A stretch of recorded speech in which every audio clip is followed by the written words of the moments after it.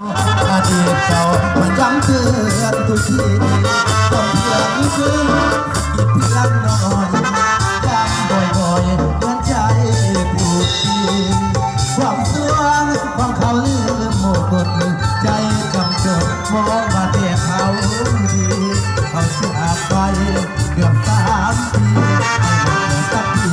ลอยชื่อใจบอกใจไม่หมายเด้อเขา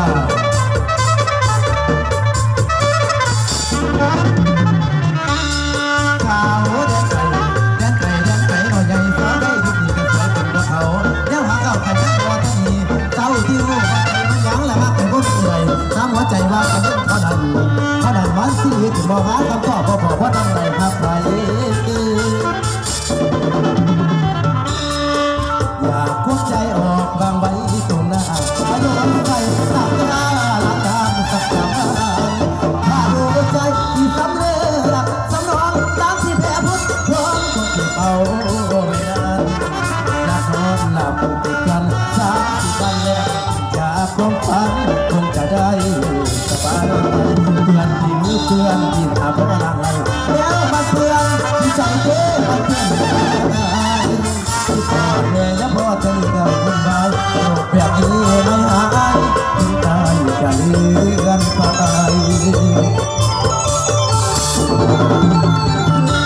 ไม่ใส่ที่จะเกิดเอาไปไม่ใส่ที่จะเกิดเอาไปแค่หัวพ่อขนาดมันพาให้คนได้โง่หากก็เลยคนโน่เตือนว่าไอ้เจ้าเพราะยังโง่ไปเอาสอนใส่ลายยังไม่น้อยจะไม่ลงจะมาเพื่อทำละไอ้หัวใจ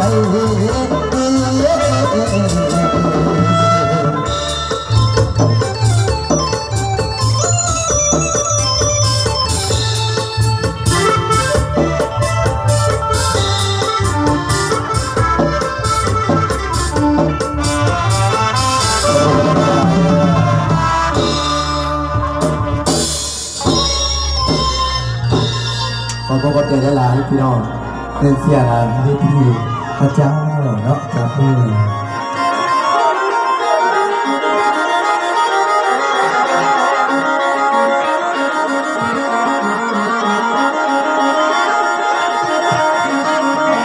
โอ้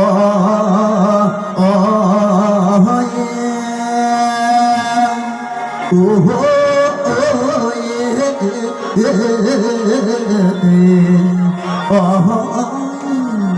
เราว่าใจเอ้ยใจเพื่อนว่าใจมีหาความจริงเบาบ่เดีนอนละนางป่านนี้นางไอ้นางตัวให้เบาเท่าแก่ทั้งญาติพี่น้อง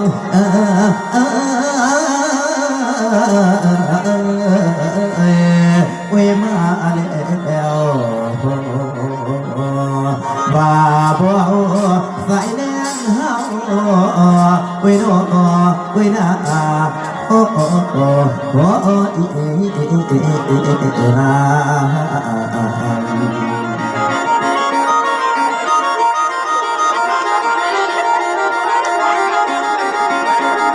บาดนี้มาเด้อพี่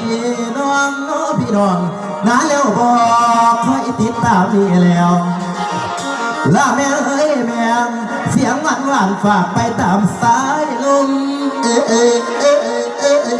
ส่งกระแสไปตามเขื่อนเราออกมายืนคอยทางละถึงเวลาเปิดปากมันพวกพ่อแม่คอยดดน้ำสามสิได้โตบกหน้าจนเอาห่วงอยากนอนละเดือกมายังสิจรละเดือกมายังสิจรหาแต่บอนตอนสำคัญนี่แล้วละเอาให้มันทันการทางสถานอันนี้คือเนียงละสาวพอดีดอกแต้นละสาวพอดีดอกแต้นเคยเสียกันแต่ผู้กรรมตอนนี้ออกมาล้างสองกับตัวข้างใส่ลืมอะไรจะบอกเป็น บาดนี้นางไอ้นางบ่ทันมือขอให้มาบวานเต้นมวนเต้นเสียซอยเป็นแห่งใจนี่แล้วละเบาสงสัยสิบ่ลงอื่นไรลืมไรบัดเมื่อลาลงงานละเบากันนานไปหลายขอเพื่อจะไปหลายอย่างหันมาจากก็เก่าอ่างอยู่ในครอบครองในทางละล่านี่เราอยู่บ้านเด้ออยู่บ้านเพียรทิ้งสุดละพูดดีแล้วบ่ปิดคูณพอลายศพ่อแม่เพนพ่อปานแก้วละบัดนี้ถึงเวลาแล้วสิไปหาแก้วอีพ่อแก้วดีแม่ละคุณสิได้ลำชอง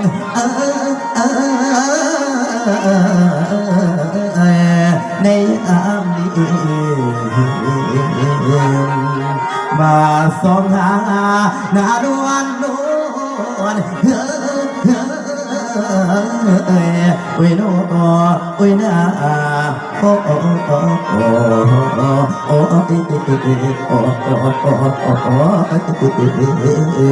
ลันนา